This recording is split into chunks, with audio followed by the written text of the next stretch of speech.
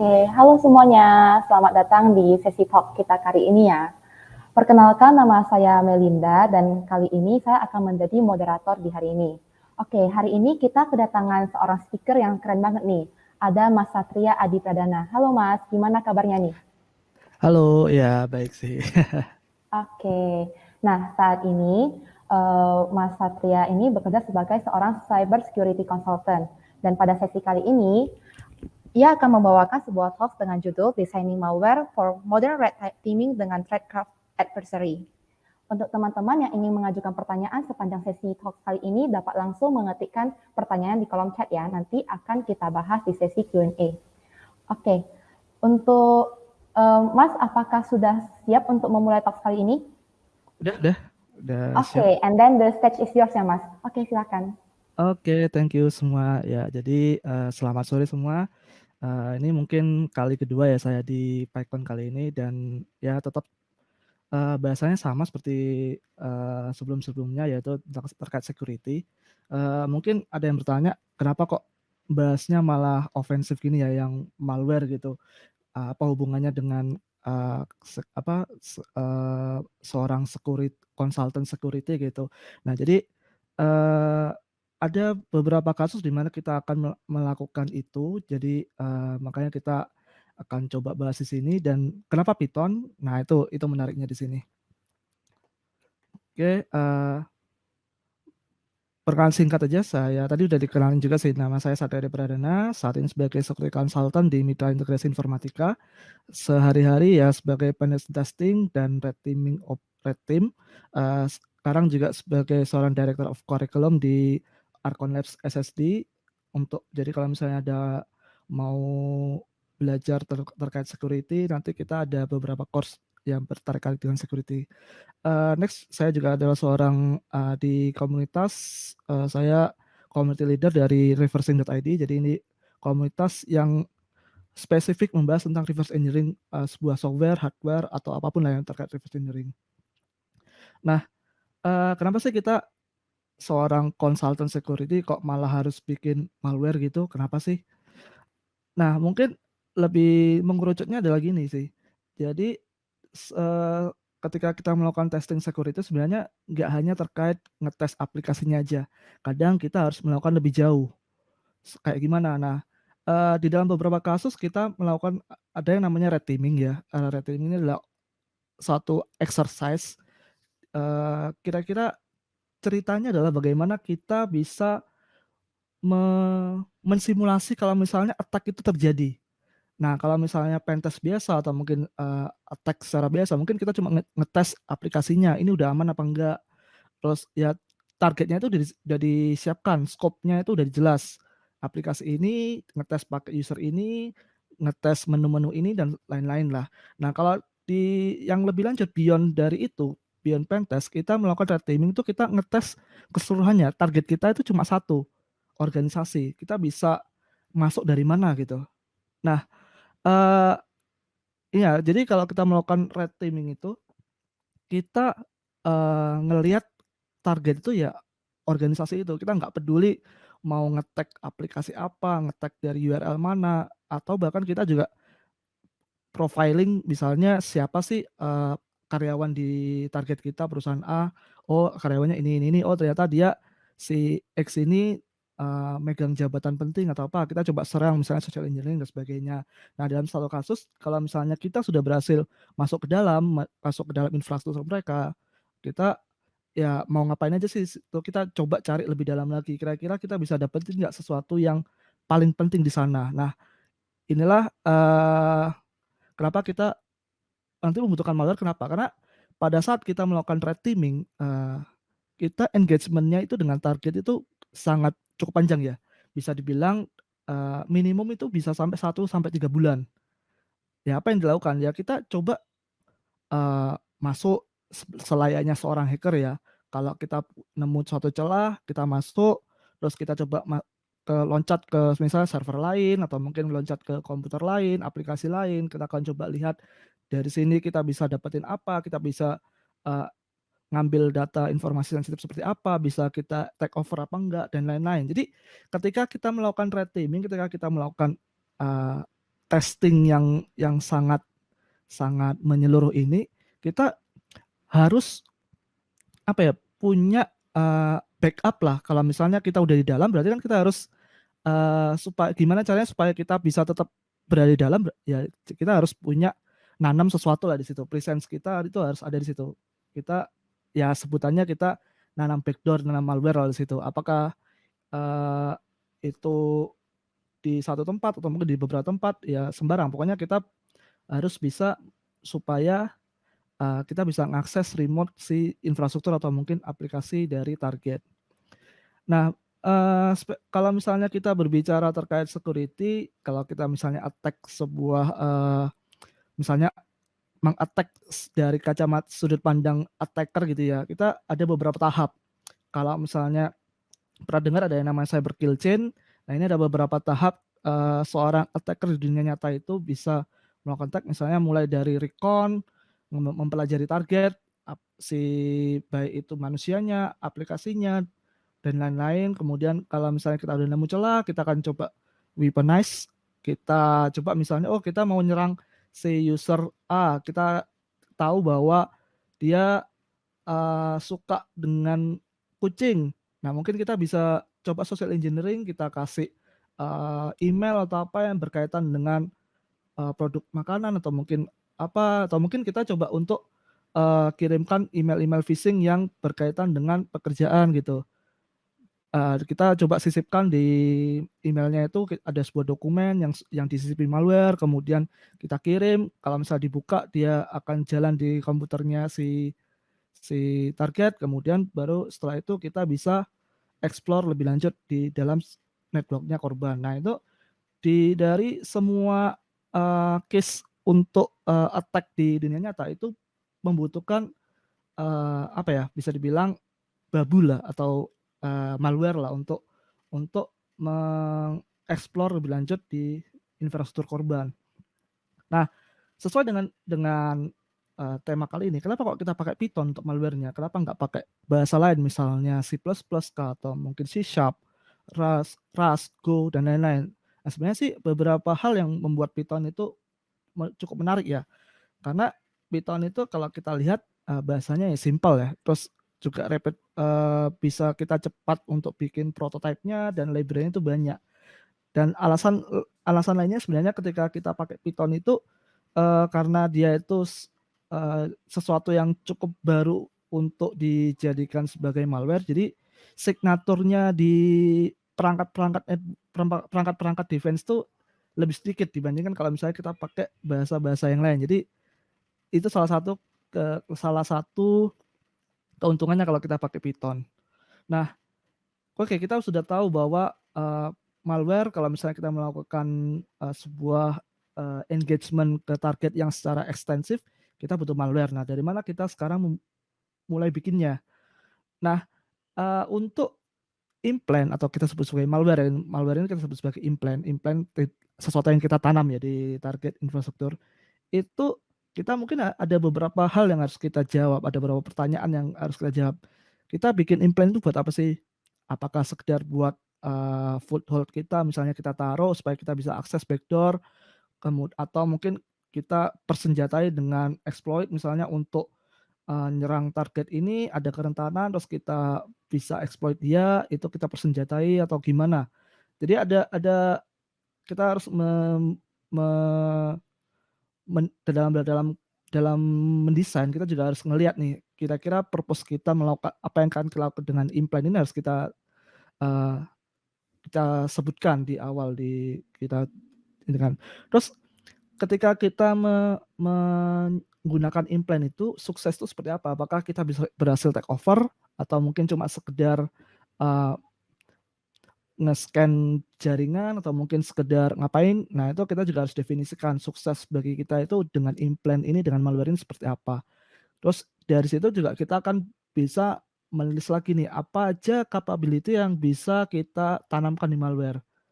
Kenapa? Karena semakin banyak capability, semakin banyak hal yang bisa dilakukan, malicious code yang kita masukkan di situ, otomatis persentase atau mungkin chance dia untuk terdeteksi oleh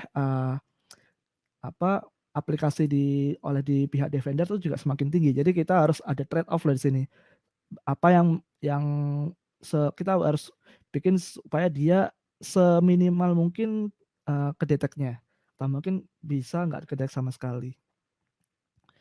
Nah, tadi sudah kita bilang tadi goal. Jadi goalnya berarti dari situ kita bisa turunkan lagi. Ketika kita mendesain implant atau malware ini, berarti kita harus bikin supaya dia sebaiknya lightweight, atau dia ketika kita drop malware itu dari dokumen Office, baik itu Word, Excel, dan lain-lain, atau mungkin yang open source-nya lah ya, itu ketika kita drop itu ukurannya kecil, jadi user itu nggak curiga, atau mungkin ketika kita kita kirimkan via network, dia nggak terlalu besar sehingga lewat, atau mungkin nggak nge-trigger deteksi atau gimana gitu.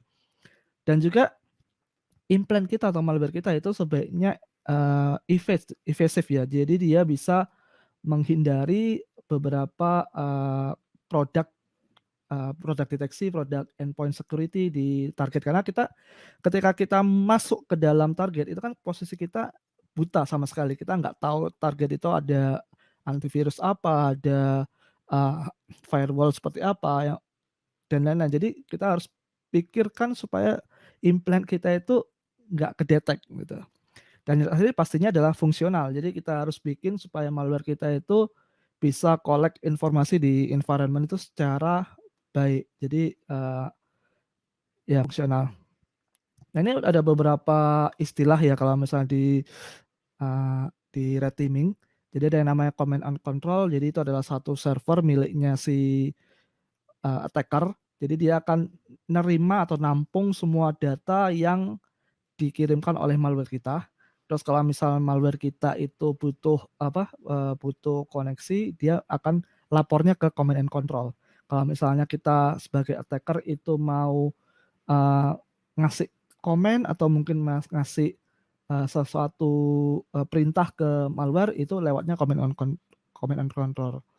Nah, istilah lainnya adalah implant. Dia adalah semacam agent, program kecil, atau bisa disebut juga sebagai backdoor, rat, trojan, lain-lain lah. Kemudian ada juga yang namanya loader. Jadi ini aplikasi yang dibikin untuk meload payload atau implant. Jadi ketika kita melakukan exercise itu kita mungkin aja nggak bikin satu malware aja.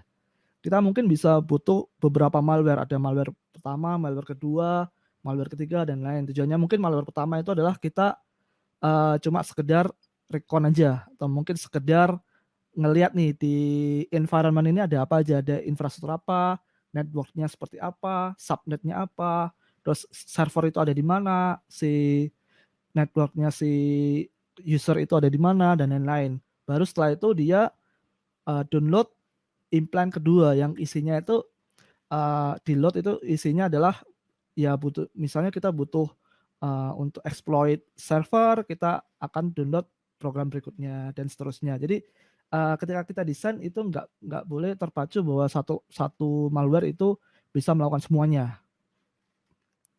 Dan yang terakhir istilah berikutnya adalah redirector. Jadi traffic dari malware itu nggak langsung menuju ke server kita, nggak langsung menuju ke situ.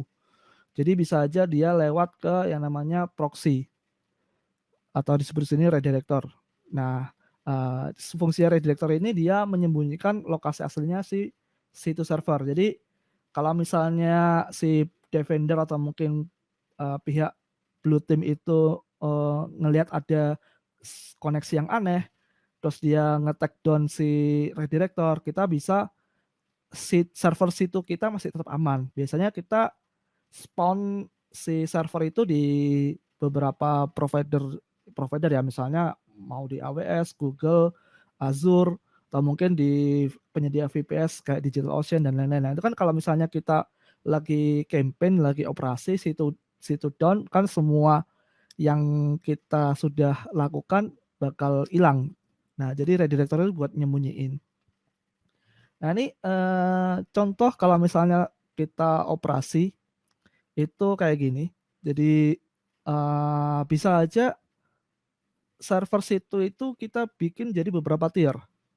Jadi ada yang namanya tier 1, tier 2, tier 3. Nah, kalau misalnya kita operasi sehari-hari mungkin ada di tier 3. Kemudian kalau tier 3 mati, kita ada backup di tier 2, tier 1 dan lain-lain kayak gitu. Jadi ini fungsi tier 3, jadi dia ini lebih ke arah aktivitas yang interaktif, misalnya ngasih komen atau mungkin kita melakukan scanning, kita exfiltrate data, itu kita lakukan di tier 3. Terus kalau misalnya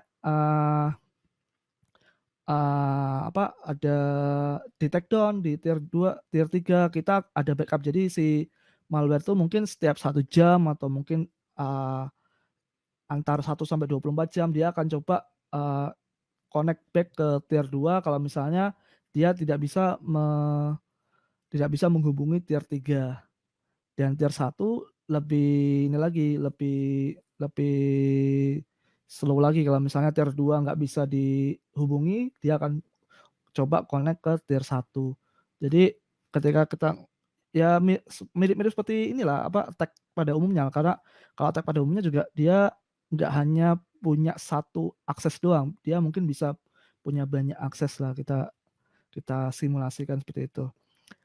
Nah ini yang perlu diketahui kalau misalnya kita, nanam backdoor atau nanam implant di sini, itu modelnya meskipun kita katakan interaktif ya, tapi dia itu modelnya itu, eee, polling. Jadi nggak kayak operator atau mungkin attacker ngasih perintah kemudian langsung dijalankan oleh si implant terus dapat hasilnya gitu, enggak. Jadi, apa yang kita lakukan adalah si attacker itu dia akan ngirimkan perintah terlebih dahulu ke situ.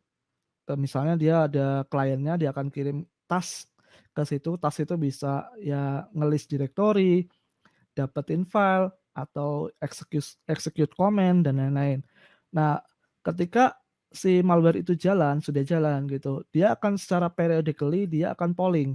Dia akan kirim sebuah request, tanya, "Ada task apa enggak buatku? Ini ID-ku, ada task apa enggak?" Kalau misalnya ada si si situ itu akan jawab, "Oh ya ada, ini tas untukmu."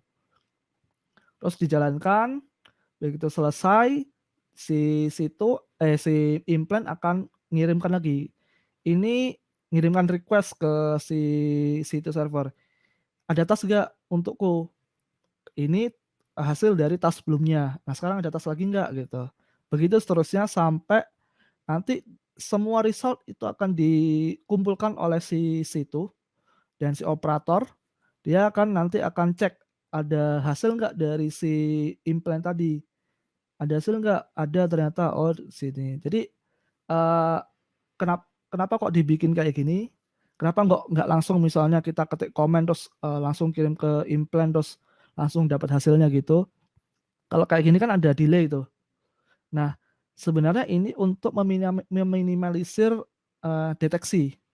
Jadi kita bikin supaya seolah-olah ada program di sistem target atau mungkin, korban, itu yang dia connect ke, server HTTP, request gitu aja dapat balasan, request dapat balasan. Ketimbang kayak kita ngirim kayak misalnya ada koneksi dari luar masuk ke dalam, itu lebih lebih mencurigakan lah daripada, model yang, seperti ini.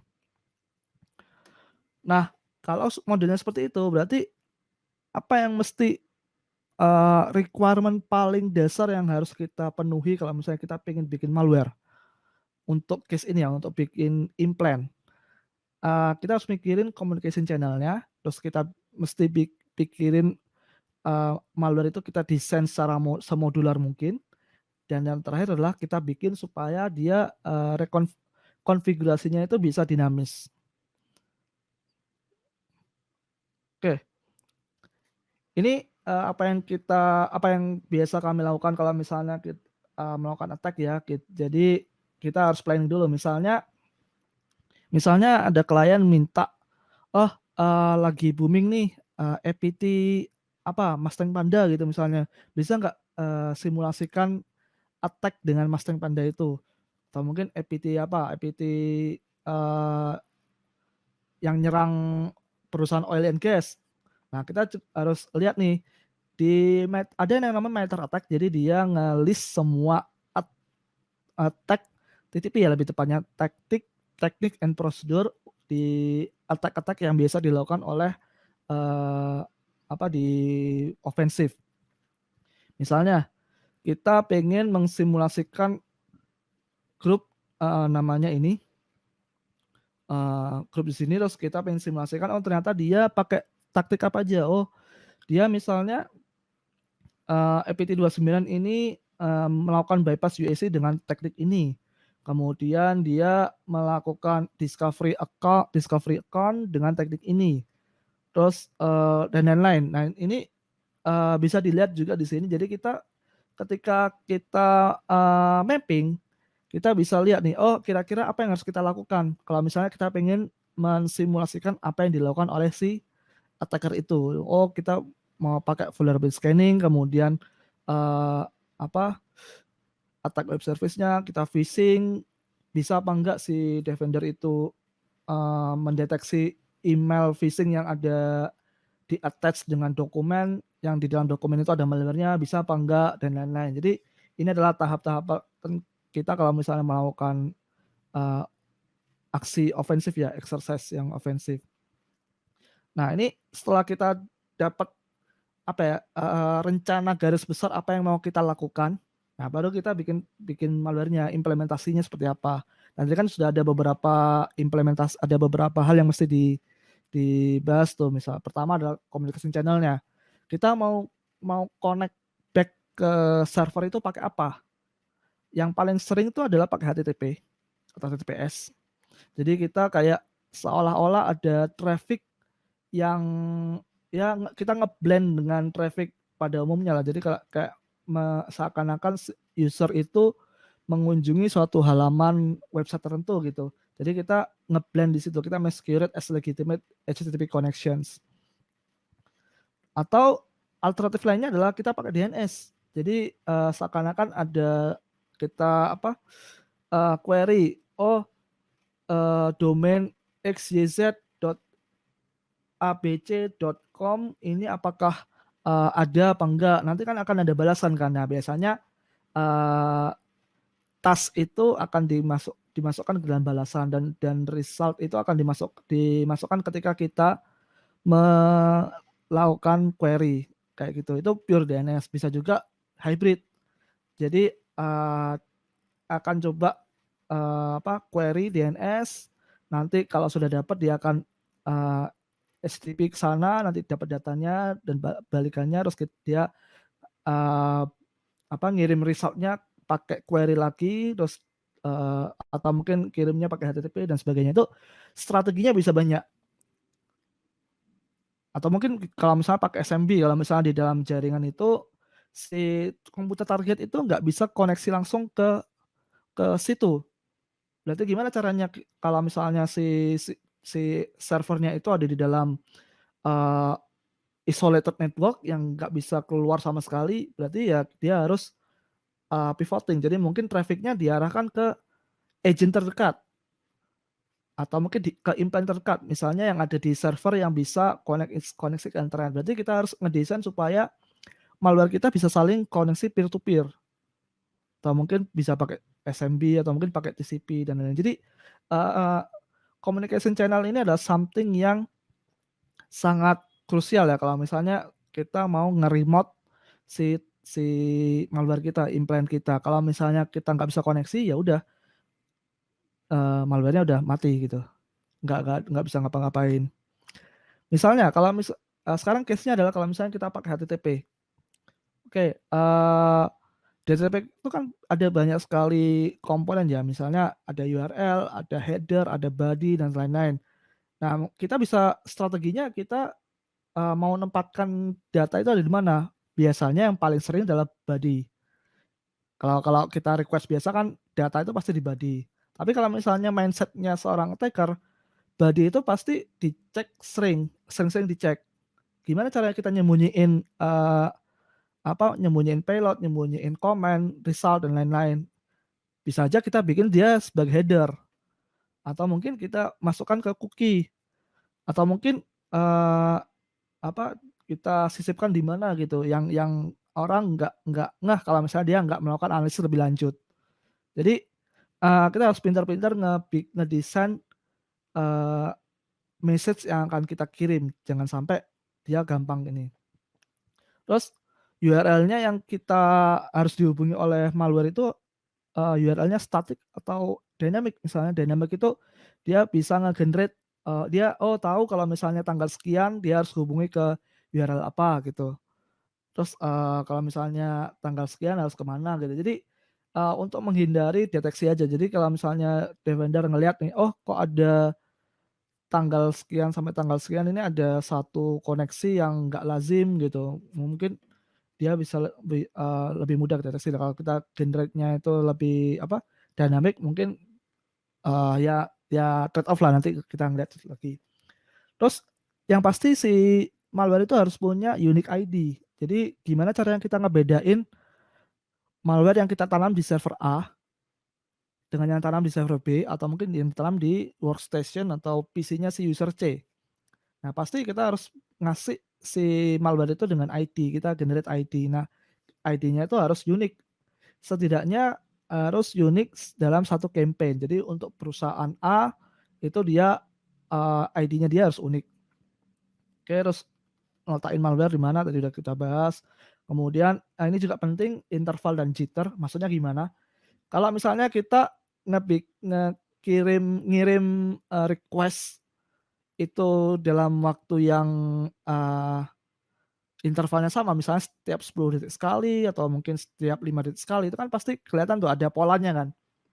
Oh ini ada kayaknya dari defender tuh ngeliat nih, oh ini kayaknya ada 5 detik sekali dia connect keluar nih ke URL ini. Ini apa nih No? Terus dia akan ngelihat traffic-nya lebih lanjut. Nah itu kan sesuatu yang nggak kita inginkan. Jadi kita harus ngebikin gimana caranya, oh daripada intervalnya itu pasti fix, kita bikin aja dia bervariasi. Misalnya antara 5 sampai 10 atau antara 5 sampai 7 dia random. Oke 5 koma sekian, 6 atau 7 atau mungkin di antara itulah. Jadi jitter itu kita gunakan untuk ngebikin traffic itu seakan-akan dia, random. Dan terakhir telemetri, gimana caranya si implant itu, eee, melaporkan apa yang terjadi pada dia, health check lah. Oh kondisinya dia baik-baik aja atau mungkin dia ternyata sebelumnya itu sudah mencoba untuk koneksi tapi gagal atau gimana gitu. Nah itu telemetri itu bisa jadi, salah satu hal yang mesti kita pikirkan kalau misalnya desain malware. Terus berikutnya adalah, tadi modular design. Jadi desain kita itu harus, nggak kaku ya. Jadi kalau misalnya kita butuh nambahin fitur atau capability itu kita bisa lakukan dengan cepat. Ya mungkin, kalau udah terbiasa memprogram ya kita bikin dia misalnya ada plugin atau komponen base yang bisa kita bikin secara langsung, atau mungkin kita tambahkan terus dipanggil, eee, list of komponen gitu misalnya atau gimana lah itu, yang penting kita bikin malware kita itu mudah untuk diubah-ubah sesuai dengan keinginan. Apakah kita perlu bikin framework khusus untuk bikin malware itu? Ya sembarang. Kalau misalnya sekedar untuk bikin ini cukup, bikin biasa ya nggak masalah. Terus, apakah kita perlu pakai library-library bawaannya Python atau mau kita pakai fungsi, Windows API? Misalnya kalau untuk nge-list directory itu kan kita pakai fungsi kalau misalnya pakai fungsinya si Python kan ada, list dir ya di package OS atau gimana gitu aku agak lupa. Jadi, mau pakai yang mana? Apakah fungsinya Python sendiri atau mau pakai Windows API? Nah itu juga satu, pertimbangan lagi, yang mana yang enak, ya sembarang. Terus kita mau bikin dia stage stage atau stageless, tadi kayak misalnya kita kan bisa bikin beberapa beberapa malware kan. Ada malware pertama, cuma sekedar ngelihat scan jaringan, setelah itu dia download malware kedua yang buat eksploitasi, malware ketiga untuk masuk ke server lain misalnya. Nah kita harus pikirkan mau bikin malware-nya seperti apa, apakah stage stage itu bertahap atau kita satu aplikasi gede gitu langsung.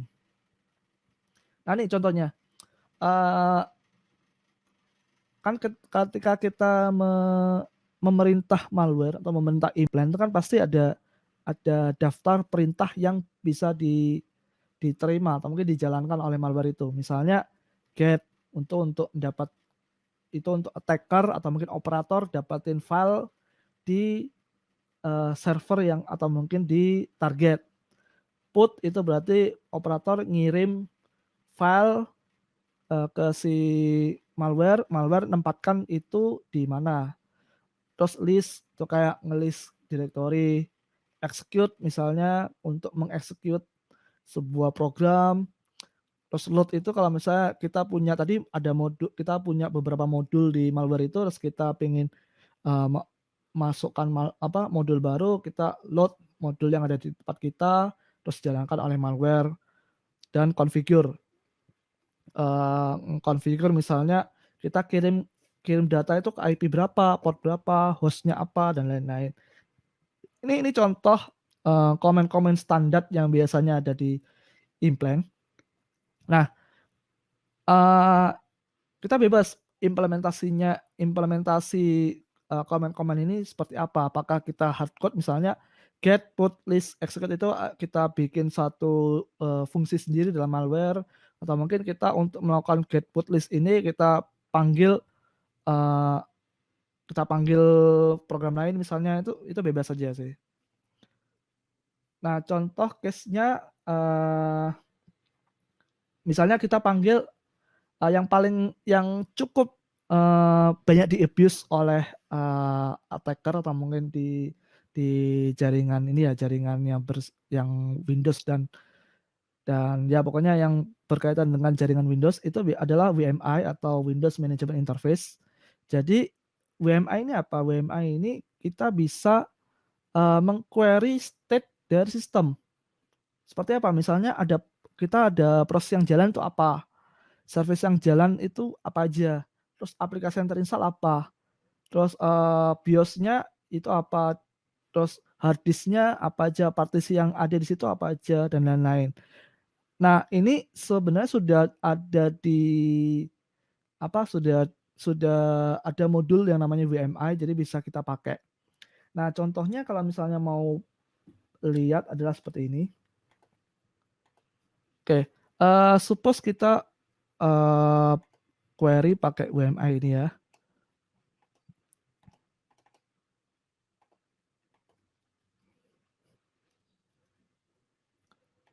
Kita butuh modul WMI, terus kita bikin koneksi dengan WMI.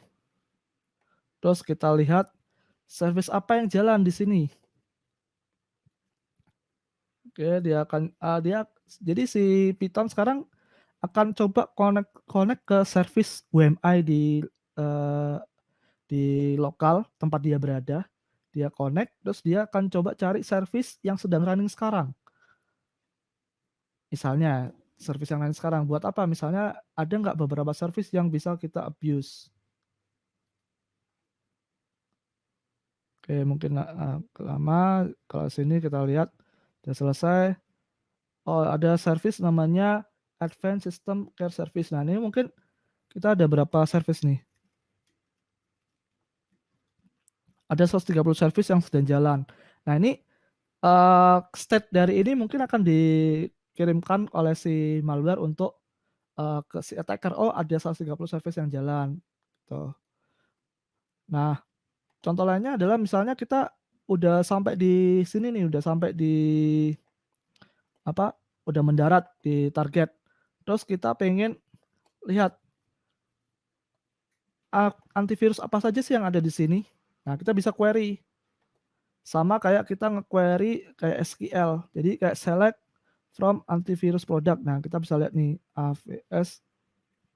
Ternyata ada 3 di sini. Ada antivirus, ini adalah kita langsung nanti misalnya lihat di registry ya, ini antivirusnya apa.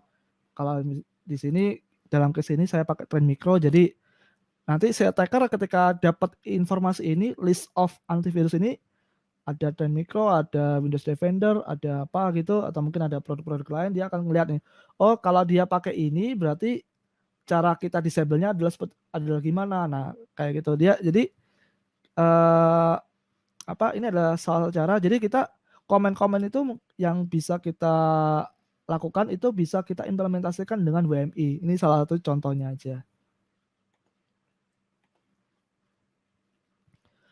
Terus kalau misalnya kita pengen execute kode, gimana? Nah, Python ini dia bisa melakukan execute kode secara langsung, shellcode lah. Kalau misalnya pernah dengar udah sering dengar namanya shellcode.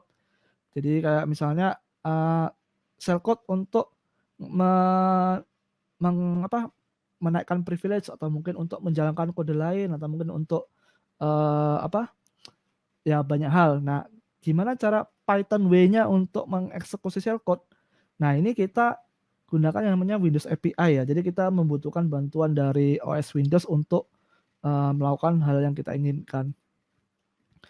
Oh ya, ini scriptnya semua ada di GitHub ya. Jadi kalau misalnya lihat di Hubilo ya, itu harusnya udah di upload juga di bagian juga linknya. Nah, misalnya di sini kita mau eksekusi shellcode. Misalnya yang sering bikin ini yang sering pakai Metasploit biasanya kan generate payload. Nah, di sini ini sama. Jadi payloadnya adalah sebuah bytecode hasil dari generate Metasploit. Nanti akan kita eksekusi adalah shellcode ini. Nah, shellcode ini nggak bisa langsung dieksekusi begitu aja. Kita harus panggil beberapa fungsi terlebih dahulu. Jadi ada beberapa upacaranya lah ya. Pertama, apa yang kita lakukan pertama adalah kita eksekusi. Ini shellcode-nya. Pertama kita pakai namanya ctype. Ctype ini adalah bagaimana si Python ini berhubungan dengan dunia luar, native code seperti itu. Nah, pertama yang kita lakukan adalah kita alokasikan ruang terlebih dahulu di malware-nya. Jadi ada ruang untuk menyimpan buffer. Terus setelah kita punya ruang itu, kita copy shellcode ini ke ruang tadi. Oke, nah ini anggap aja shellcode ini dapat dari situs server ya. Terus setelah itu apa? Oh ini buffer, ini kita copy memorinya. Terus kita, nah di sini yang penting kita create thread baru.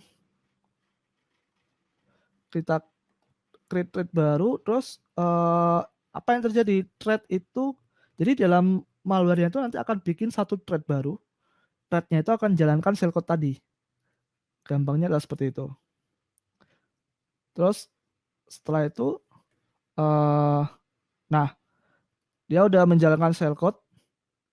Shellcode-nya tadi adalah bikin untuk menjalankan die dia. Oke, kan ready. Itu dia jalanin thread. Karena ini jalan di Jupyter Notebook, jadi mungkin ada ini. Terus baru dia setelah selesai dia data yang dialokasikan itu akan di free. Jadi ini adalah life cycle ketika kita menjalankan malicious code yang kita dapat dari situ atau dari mana gitu.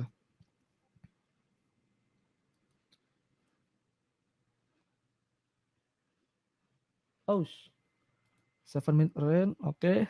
Terus bagaimana kalau misalnya kita nge-execute binary, ya bisa kita download, terus kita simpan, terus kita execute. Jadi scriptnya ini untuk shell command. Terus gimana caranya kita reconfigure? Jadi kita harus bikin informasi-informasi itu jadi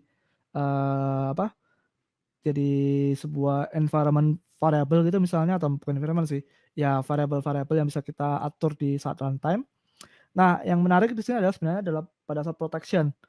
Jadi kita kalau misalnya pakai Python kan pasti hasilnya adalah .py ya, atau mungkin .pyc. Dan itu misalnya kalau misalnya harus jalan di target itu dia harus ada interpreter Python-nya kan. Nah, kita nggak mau kalau misalnya eh, nggak reliable. Nah, gimana caranya? Nah, biasanya dari si kita itu ada caranya adalah kita ubah Python-nya, sorry, kita ubah apa sih? Kita ubah Python-nya, bahasa kode Python menjadi bahasa native atau binary. Nah, yang menarik itu kita bisa pakai yang namanya Cython. Cython ini kita ngubah kode kita jadi binary, nanti jadi exe, dan exe-nya itu bisa dijalankan langsung di sistemnya target. Jadi tanpa harus terinstall Python di sana. Nah, nanti mungkin bisa lihat lagi di kitnya karena sudah jam segini kita akhiri. Jadi itu aja yang bisa saya sampaikan untuk lesson learn dan consideration kalau misalnya mau ngebangun malware dengan Python. Jadi ada beberapa hal yang tadi sudah coba disampaikan kan ya, apa aja yang perlu diperhatikan, kita komunikasi seperti apa, harus bikin modular, harus mempertimbangkan ada trade off antara kode malicious dengan deteksi, itu harus kita pertimbangkan supaya nggak gampang kedeteksi dan lain-lain. Jadi ada banyak sekali pertimbangan sih kalau misalnya kita mau aktivitas operasi kita itu sukses. Oke, thank you. Itu aja yang bisa saya sampaikan. Kalau misalnya ada pertanyaan, sesinya saya balikin lagi ke moderator. Terima kasih. Oke, thank you Kak Satria. Sesinya keren banget tadi ya. Oke, karena kita ada keterbatasan dalam waktu nih teman-teman, ada satu pertanyaan yang bakal dijawab oleh Mas Satria. Pertanyaannya bakal saya bacakan saja ya Mas. Dari Ridwan Fadar Septian, mau tanya Mas, kalau malware yang pernah dikembangkan dieksekusinya di internal perusahaan atau disebar keluar, lalu si malware ini apa ada semacam standar dari ISO atau NIST bahwa ada ketentuan yang harus dipenuhi agar tetap terkontrol atau bebas saja Mas? Thank you. Boleh langsung dijawab aja. Sorry, tadi suaranya agak nggak jelas di tempatku aja atau? Oke, tapi ya, pertanyaannya sih ada. Pertanyaan sih sudah saya baca sih. Jadi kalau nggak salah kalau malware yang pernah dikembangkan dieksekusinya di internal perusahaan atau disebar keluar. Gitu ya. Pertanyaan pertama. Kalau di dalam case ini karena kita targetnya adalah kita orang baik ya. Jadi kita ngetes ya hanya berdasarkan pesanan aja. Jadi bukan buat disebar ke luar terus menginfeksi orang terus kita berbuat jahat dengan itu, enggak. Jadi malware yang kita bikin itu didesain khusus untuk operasi itu aja. Misalnya tadi kan kita ada tahap di awal itu adalah tahap kita planning dulu tuh. Oh, kita pengen bisa melakukan apa, bisa begini, bisa begitu, terus kita kembangkan sesuai dengan itu. Jadi memang khusus spesifik ke perusahaan itu aja. Jadi khusus untuk target lah kita katakan. Jadi ya nggak disebar keluar juga. Terus standar, apakah ada semacam standar ISO atau NIST agar tetap terkontrol? Sebenarnya nggak ada. Jadi yang nggak ada standar untuk bikin malware. Yang ada cuma beberapa pertimbangan untuk bikinnya. Jadi misalnya pertimbangan di target ini, klien ini ternyata kita tahu setelah kita rekon, oh ternyata dia pakai produk A, ya kita harus sesuaikan. Ya kayak gitu aja sih, nggak pakai harus standar ngikut itu, nggak ada. Oke, semoga menjawab ya Mas Ridwan. Ada lagi yang bisa dijawab lagi? Tadi ada satu lagi sih untuk malware zero day, bagaimana mereka bisa generate shell code. Ya, oke. Jadi untuk zero day itu sebenarnya yang difokuskan sebenarnya bukan malware-nya sih, tapi adalah payload-nya, ya kan, shell code-nya lah tadi. Jadi ya malware itu cuma kita gunakan untuk eksekusi aja. Jadi nggak malware itu sebenarnya implant itu sebenarnya adalah kosongan. Fungsinya adalah cuma sekedar dapat shellcode eksekusi gitu. Jadi nggak di dalam itu dia nggak bisa generate sendiri. Jadi yang generate shellcode adalah kita sendiri kan. Si operator reset, zero day, reset, ada celah, dimanfaatkan gimana berhasil. Nah shellcode itu yang berhasil itu dikirimkan ke implant, ke malware gitu.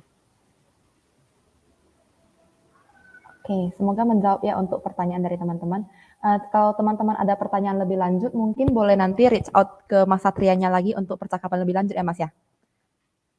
Iya, kalau misalnya ada pertanyaan bisa langsung ke Telegram. Tadi harusnya udah ada sih. Bentar.